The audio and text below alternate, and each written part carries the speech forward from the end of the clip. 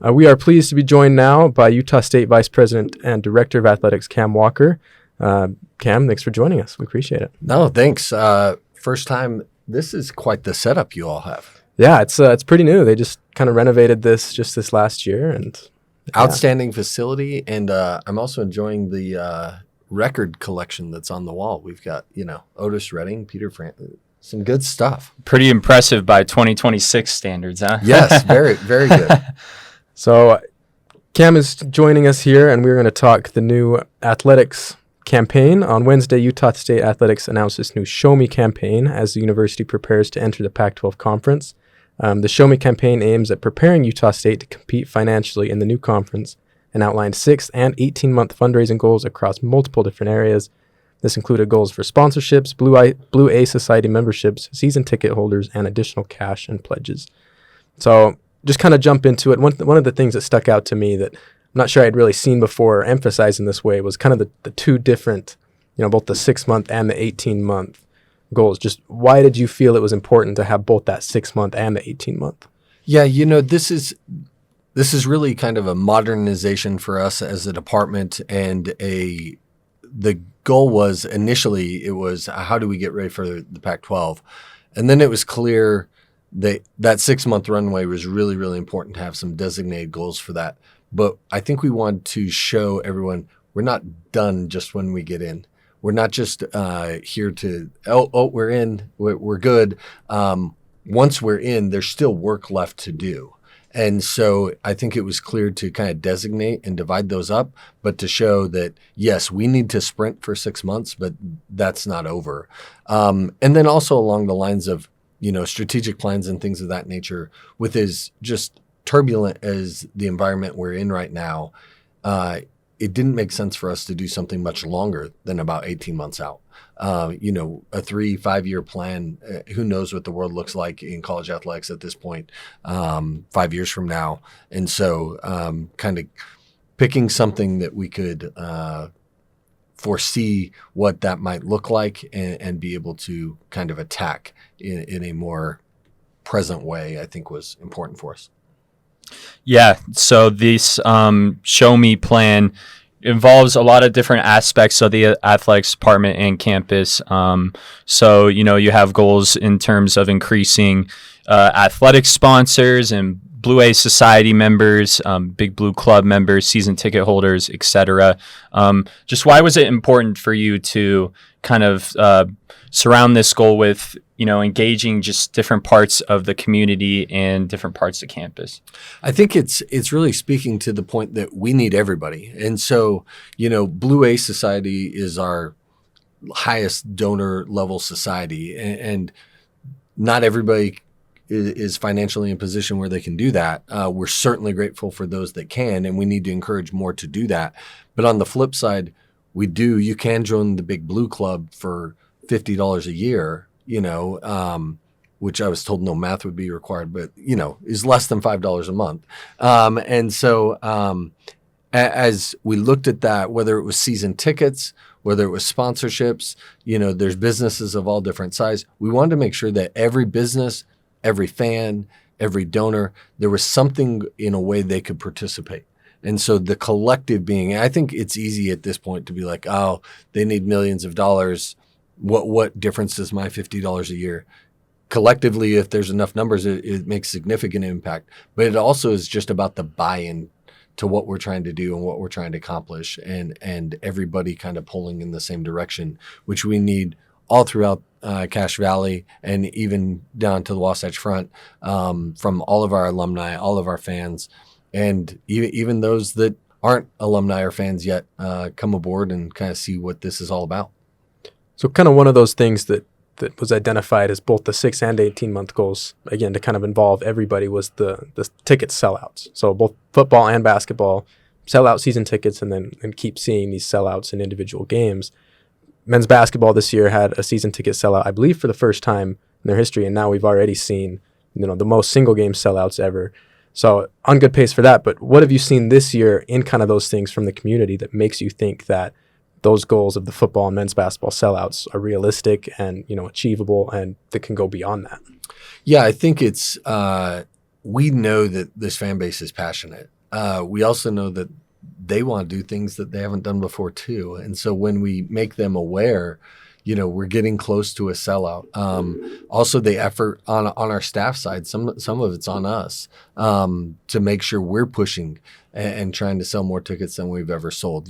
Early in late October, I told our ticket staff, I want you to do better in every game than we've done, whatever the comp is. San Diego State last year, we want to make sure we sell more tickets to San Diego State this year than we did last year. If it's Wyoming, it's Wyoming, and they've taken that to heart. I get updates from them, and they've been relentless about reaching out and making sure they're communicating that. But I think it's important for the public to know, too, you can be a part of making history as well. You can be a part of having our fan base, which is unbelievable and committed in ways, but we need to make it more well known. It's kind of this best kept secret. I'd like it to be the best kept non-secret around. And so I think it's just about getting everybody aware and then pushing in a direction. Goals are important. They impact us in significant ways. And when we can set up a goal like that and have everybody participate, I think it's really valuable. And I think it really helps people feel aligned and like they're part of it.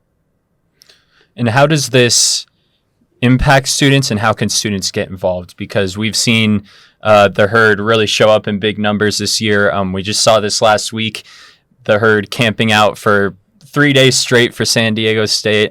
We've seen them break attendance records in, I believe, 3 different sports this year.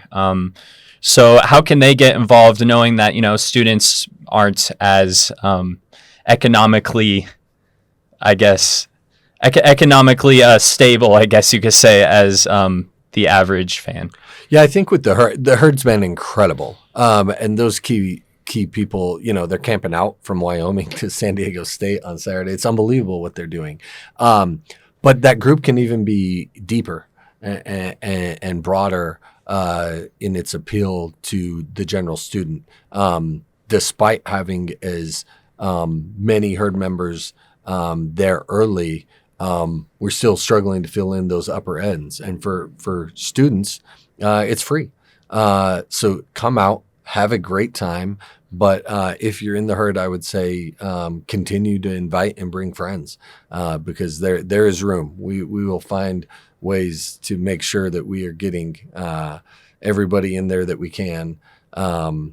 As long as the fire marshal doesn't stop us, we will abide by those rules. But we do want our student group to just be even broader and appeal. I've visit with some students and they say, I've never been to an athletic event.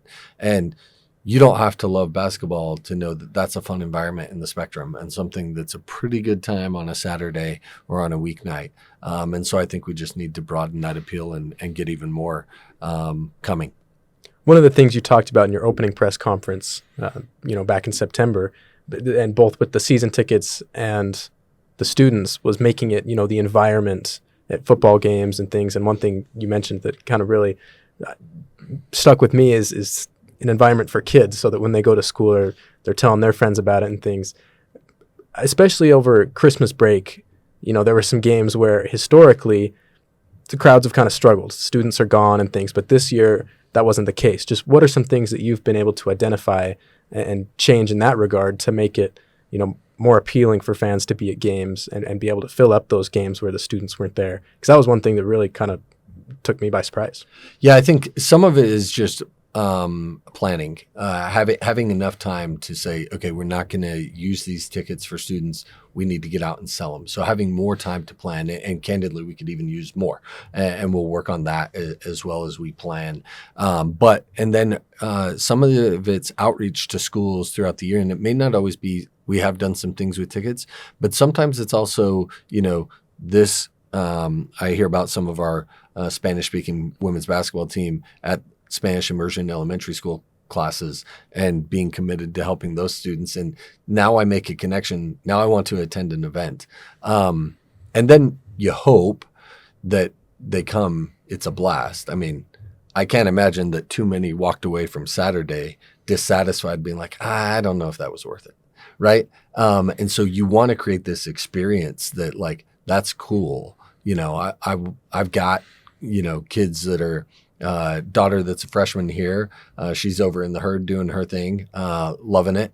And then 8th grade, 6th grade, 4th grade boys, I'm hoping those, when they go to school, are getting asked by their friends, were you at the game? What was it like? Or I was there too. Wasn't it awesome? Right? Like that's how we know we've got kind of some of that momentum, because I do think it's impactful, and kids talk about what their parents talk about. And so if their parents are talking about the game, they'll talk about it too. So I think it's exciting. It's great when we can sell out venues, regardless of who's in town and who's not. And I think that's something that we need to grow, and that we need to expand beyond just basketball as well. So one of the things in Jason Walker's article for Cache Valley Daily this past week, kind of detailing the campaign that was mentioned, was specifically the advertising, and how Utah State's kind of behind a lot of its peers in the advertising dollars and the sponsorships, and especially from businesses. And that was kind of something that was pinpointed. Just why do you think that is, and what do you see as the path to kind of addressing that and fixing it? I think there's several reasons. I think there's probably this thought amongst local businesses that if I'm not at a certain extremely high level, that's not for me. I think there's also too, what's my return on investment if I do that? I think that we have to, one, show them a better return on their investment for what they're giving in the sponsorship space. But two, there also has to feel this, we've got to generate some positive energy and momentum in that space. So there's almost this feeling of, man, I don't want to be the only business that's not a sponsor of Aggie Athletics. Like, I'm in Cache Valley, I should probably sponsor them. And I think that we kind of need to create that kind of community feel that this isn't just the students team. It's not just the herds team. This is all of this area's team. There's not another, sports team in Cache Valley. And so this is our college team, and we're going to be behind it, and we're going to support. And where that's at a $500 level or a $50,000 level doesn't matter. It matters that I'm supporting. And so we need to push in that space. And then some of it's on us. I think we have to look at where we haven't been very good. And some of it is just us pounding the pavement and working harder to drive up those sponsorships. And to reach out to more companies than we have before. And that's not a knock on the team that's doing that. That's a saying of, we as an administration need to help them, and we need to expand that team so that we're contacting more people and giving them an opportunity. So you were previously, you come here from Tennessee in the SEC, doing it at, if not the highest, then one of the highest levels in college sports, raising funds and kind of in that role. What are the biggest lessons that you learned there that you think you can apply to Utah State as it looks to kind of become one of those teams where it's in a conference that's kind of at the top? Yeah, I think there's a lot that's transferable. And partly what helped too was my time at UCF and my time at Tennessee. Both schools did similar things in like doubling budgets and things of that nature, which tells me the strategy we implemented under Danny it's scalable. Like it works regardless. It's really the approach and the goal setting and the methodology behind the attack and targeting everything at once, rather than, I think a lot fail when they just say, hey, we'll fundraise it. Like, you can't just fundraise everything. And so it's really this dynamic approach of how do we lift everything up? Sponsors, better use of our venues, whether that's concerts or events or wedding receptions or whatever it is, like using our venues better, ticket sales, and donations, but not just the big money, but also, your basic community member. It's really this broad approach and strategically going after each of those at the same time, because what you find is a lot of those are interconnected. And it creates kind of this buzz and positive energy around it as you're able to grow it.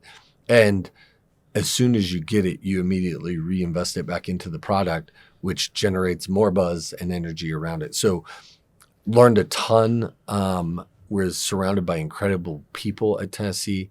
And I think a lot of the lessons are scalable and applicable here. And then, Cam, another area that Utah State will have to navigate is revenue sharing. It's something that Coach Calhoun has said that the school is maybe a little bit behind in right now. And I know that there's some state laws such as House Bill 449 that maybe affect things too. But just talk about navigating just, the whole revenue sharing side of things. Yeah, certainly not ahead in that space, but looking to sprint and catch up very, very quickly. I think we've made some strides that have helped for this year, and certainly will help with next year in a significant way, but not where we need to be if we want to continue to compete at the highest level of the Pac-12. But that's on me really working with our coaches to understand what they need and then going out and finding it. So it's we're making strides. I think we've got a strategic plan that can help there in a lot of ways, but I would agree we're not where we need to be right now. But that can be said probably about us in a lot of different spaces. But we will get to where we need to be competitive.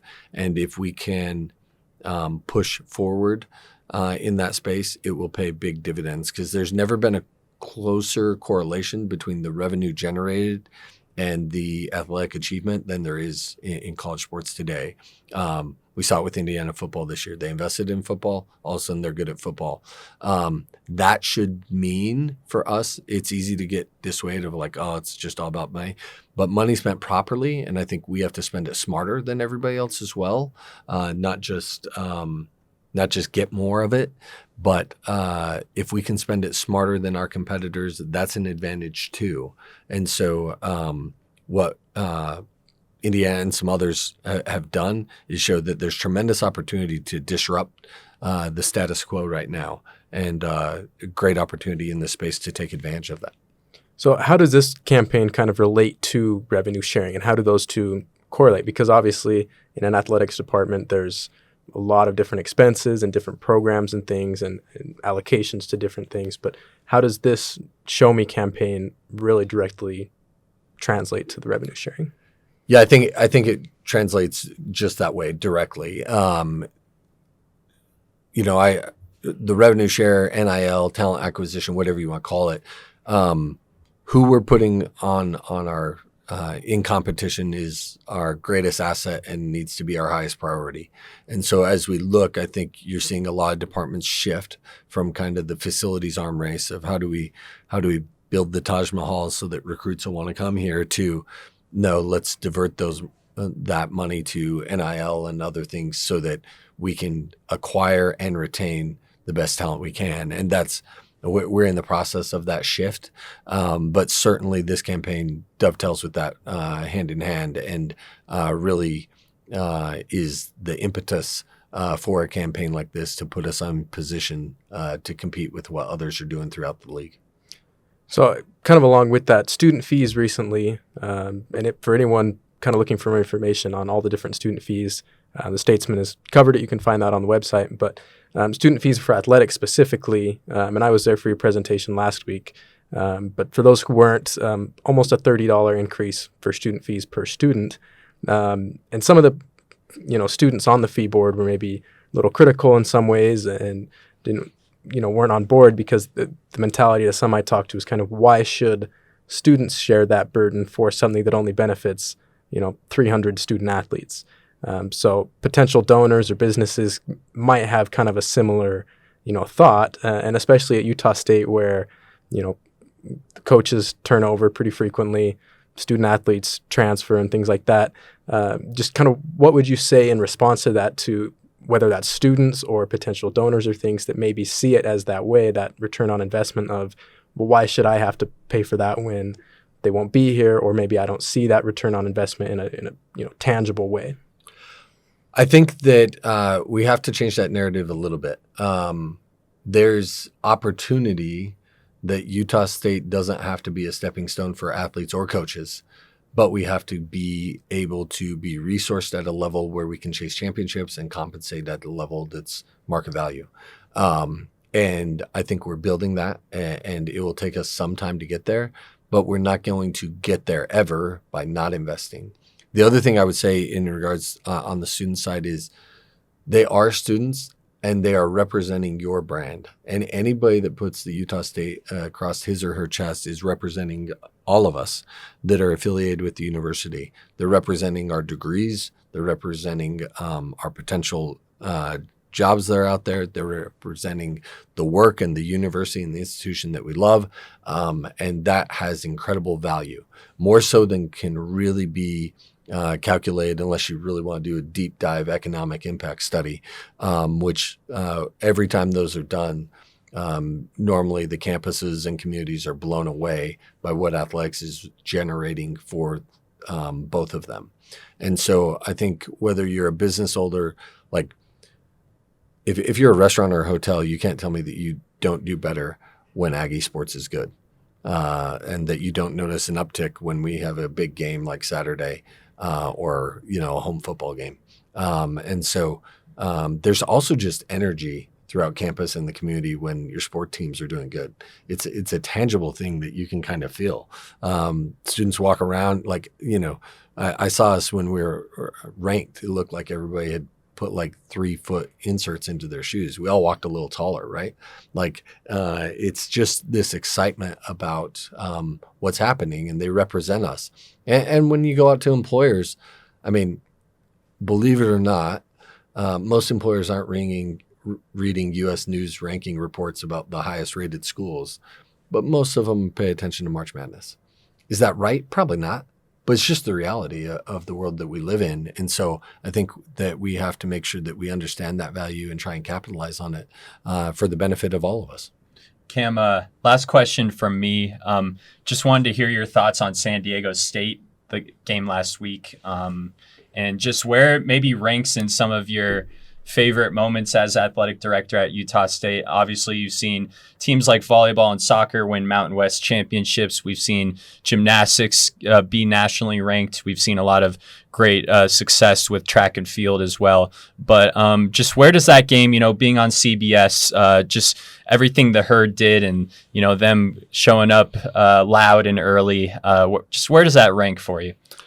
Yeah, it was an incredible one. Obviously, winning championships is incredible, and that's what you want to do. And so that's really where we're all pushing for, and we hope that Coach Calhoun and this team has that opportunity as they continue to chase this championship. This one happening at home, volleyball and soccer both won the conference championship tournaments on the road. Being at home for a moment like this. And getting back to what we were talking about earlier, being on CBS, the value of that, I don't think we fully understand the value of that and what that's worth. That's incredible exposure for us, for our student body, for the university, and just pays dividends down the road. So it was electric, and what we need to do is push so that every home game has that environment. And I think that's the goal, regardless of the opponent, that we are the show and that every home game can be that electric. Awesome. Well, Cam, thank you for your time. We appreciate the insight and for kind of lending us this window into this new campaign. So we appreciate it, and thanks for coming on the show. No, thank you guys. Thank you for the coverage, everything you're doing through the Statesman and everything else. It's my pleasure to be here, and appreciate all you guys are doing. Thanks, Go Cam. Aggies. It's been a pleasure. All right. Coming back here with Mark. That was just Cam Walker. Mark, maybe let's just start with just kind of recapping Cam's interview, just some things that stood out to you in our conversation with him. Yeah, I think just things. I mean, we've seen kind of this similar, recently had the Reach and Rise campaign and now leading into this. I think it just shows that the university is serious about this, that moving to the Pac-12 wasn't just to put a new logo on the basketball court and at the 25-yard line, but that they're really looking to elevate that. And something that kind of resonated with me at the student fee board meeting last week with Cam, or about 10 days ago, was kind of the numbers he presented, and then made the point of Utah State is ready to join the Pac-12, but financially, Utah State is not ready to compete in the Pac-12.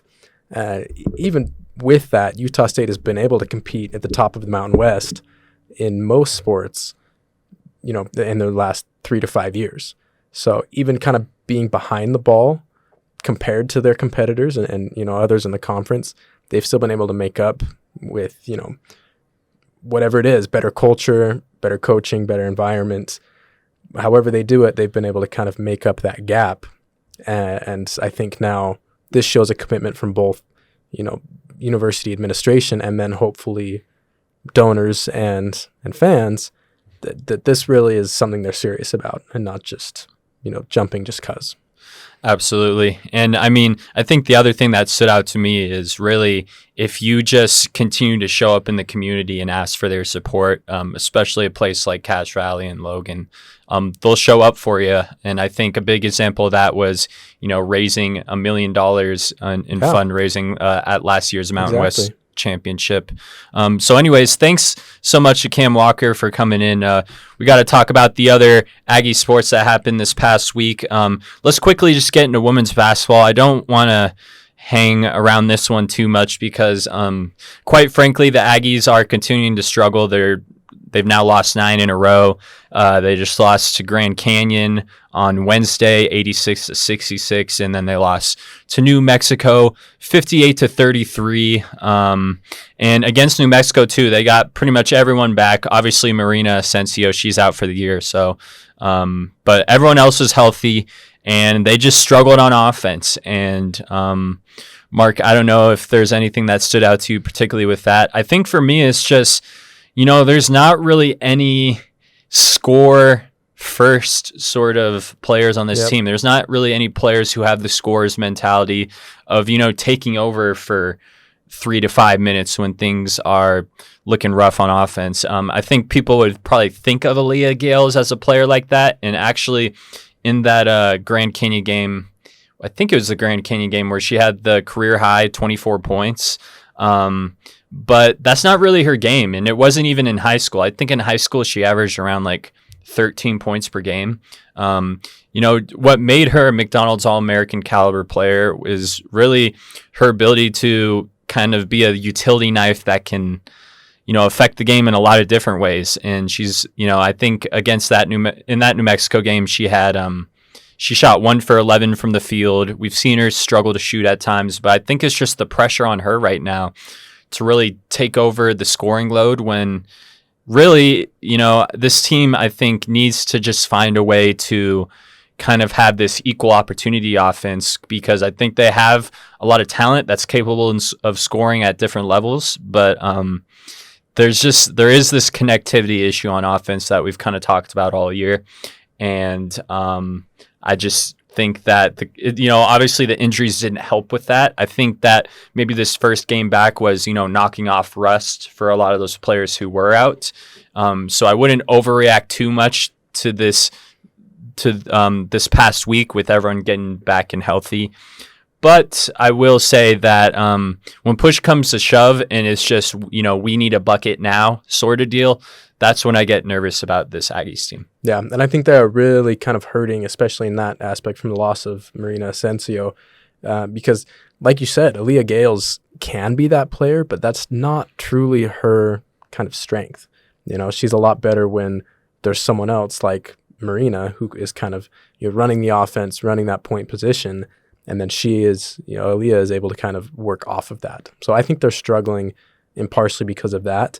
And then I think it's just a lot of it is, between the injuries and now losses stacking up, now 9 in a row, I think they're kind of feeling it, and that's how it goes sometimes in a long college basketball season.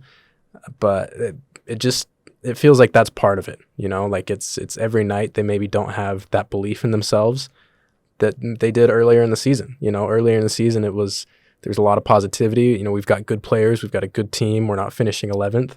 And I think some of these, they've taken some punches. They have. And I think that takes a toll on a team and on players.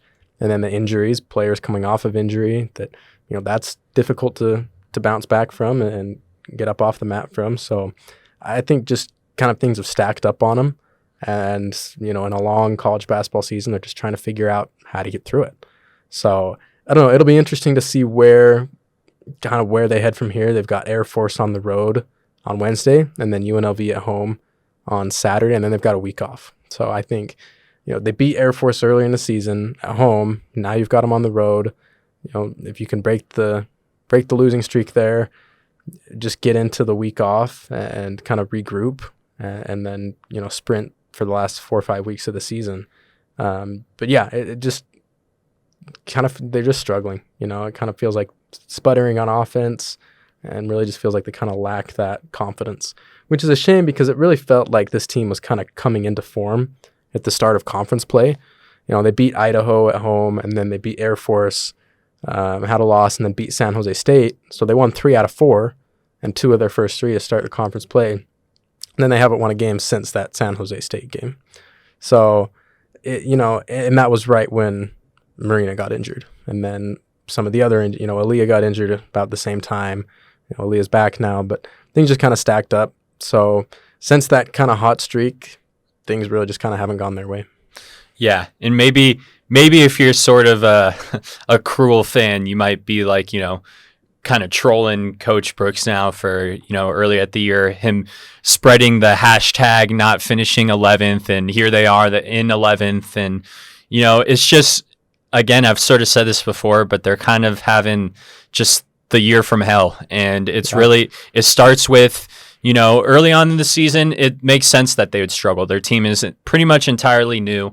They have a lot of young talent as well. They have, 4 Spanish players, 3 of which it's their first time in America. They are still learning to speak English. Like, obviously, there's going to be a lot of growing pains with all of that.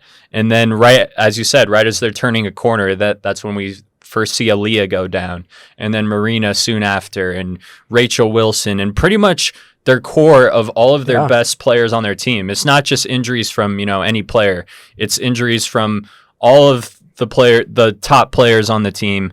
And just in terms of looking ahead, I think someone that we should definitely look at is Sophie Sen. I mean, if you just look at Sophie Sen's, if you had whatever it is, per 30, per 36, however they do it, her numbers are probably off the charts. She just deals with foul trouble so much. Even in the New Mexico game, she was really the one bright spot offensively. Well, and has also dealt with injury. She just came back from a shoulder injury. But against New Mexico, 12 points in 22 minutes, 12 points and 4 rebounds in 22 minutes before fouls. 5 for 8 shooting. She was really the only player that shot efficiently in that game. I think she could really be a force. She had 3 blocks and 2 steals. This is all in limited minutes. She had a stat line that would be impressive for a full game in 22 minutes. She just continually struggles with fouls. She's one of those players that when you're going up for a rebound, she seems to always be jumping on people's backs and things like that. Just things that are very fixable. I think she's definitely a player that you can go to a little bit down the stretch when you need something, because she can work in the post a little bit and she can also stretch and hit threes. And if she gets fouled, I mean, she's been one of the better free throw shooters, most efficient as well. free throw shooter on the team. So anyways, like I said, I didn't want to kind of talk too much about them because I think we all kind of know the situation they're in right now. I think this week could tell us a lot more of what this team is maybe capable of. Come March and things like that. If they can start to turn things around and just play like a bit more of a connected group now that they have pretty much everyone back. Again, no Asensio, so that changes things. Yeah, we'll see how they fare this week, especially at an Air Force team that they beat earlier in the year. Just hoping for them to get healthy and then have a week off to kind of regroup. So let's move on to Utah State Gymnastics. Utah State Gymnastics scored a 195.350 to win the Boise State quad meet over Boise State, Air Force, and Sacramento State over the weekend. Those 3 teams finished behind the Aggies in that order. So Utah State Gymnastics now moves to 7-2 on the season with a 3-0 Mountain record in the Mountain West, and they're looking like they're right back ready to make another run for the conference championship. So Nyla Morabito Jr. for Utah State led the Aggies with pair of titles. She was tied for first on beam, 9.825, and then tied for first on vault with a 9.80. So Morabito, who again was all Mountain West in multiple disciplines last year, now won 4 titles on the year, 3 on vault, 1 on beam. So she's, after tearing her Achilles last year, and I mean, great story all the way around for Nyla. A great story in the winter sports magazine. You can find that on usustatesman.com. Just the things that she's gone through all her life, and then even just recently, and now she's right back at the top of that team, has been impressive. So Utah State Gymnastics back looking to compete for another championship. Yeah. And, with Nyla, it's kind of crazy to, read stories like that and see everything she's been through, because you wouldn't know it when she's out there competing. She's really just these last couple of years been a steady presence and, really able to do anything on the mat. And we saw it again this past week with those titles. Another thing was head coach Kristen White. She said that the team was pretty much all sick last week, including the day of the meet. And, they still won, still picked up 2 conference wins. So a little Jordan flu game type scenario for the gymnastics team, for a whole team too, apparently, not just like 1 or 2 of them. So that's really impressive as well. And Utah State now, according to the Road to National standings, which if people don't know, like Road to National standings, it's essentially the AP polls. It's kind of the official standings. Utah State's ranked number 27th. So they were ranked in the top 25 earlier this year. They've fallen back just a couple of spots, but they're still looking like definitely the favorites, I would say, in the Mountain West, and still, amongst the best in the country. So very impressive stuff. Yeah, absolutely. At 7-2 start, like I said, their 2 losses are to Utah and Oregon State, who are both, top programs in the country. Even in the loss to Oregon State, Utah State scored a season high in that meet on the road at Oregon State. So they're off to a great start. I think 7-2 is their best start ever, I want to say. I'm not positive on that, but I'm pretty sure. So, yeah, they're back. They're looking to repeat. So, good for them. They're doing well. They're back this week. They'll be on the road at Air Force this week, looking to pick up another conference win over the Falcons, who they just defeated over the weekend at the Boise State Quad. And then next Monday, they will be in the Spectrum in a quad meet against SUU, Sacramento State, and Alaska. So, looking to pick up a couple more conference wins in that one. But yeah, 7-2, 3-0 in the Mountain West. They're looking like a force yet again. So absolutely. Moving on to our last kind of segment here, track and field. Utah State track and field claimed 9 individual and relay titles this weekend, 23 podium finishes, and 6 performances ranking in the top 10 all time for Utah State. And this was at both the USU hosted Roman Ruiz Speed and Power Invitational here at the George Nelson Fieldhouse, and then also the UW Invitational in Seattle. And both those were over the weekend, Friday and Saturday. So, yeah, another good strong performance. Junior Landon Bolt broke the 49-year-old Utah State record in the men's 800 meters. He had a time of 147.79. So impressive. He's a 2-time Mountain West champion. Beat the record. The previous record was 148.1, and that was set by a U.S. Olympian and 3-time NCAA champion Mark Enyart in 1977. So impressive stuff from that group and from Landon Bott as well. Absolutely. And it's just been impressive in general with track and field, particularly the sprints. Sprints coach Rodney Burks, honestly, I've talked to him a couple of times. I've picked his brain on a couple of things, but I don't know just how he does it. He continues to, I just did a story earlier this year about Adia Ross, who is this freshman from Japan, who in her first ever meet in a 60-meter sprint broke the school record.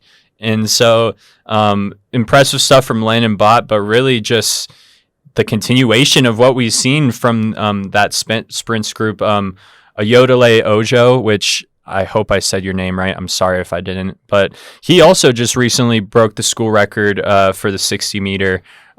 So, yeah, just incredible stuff from them. Obviously, we know in pole vault how dominant Logan Hammer has been. Yeah.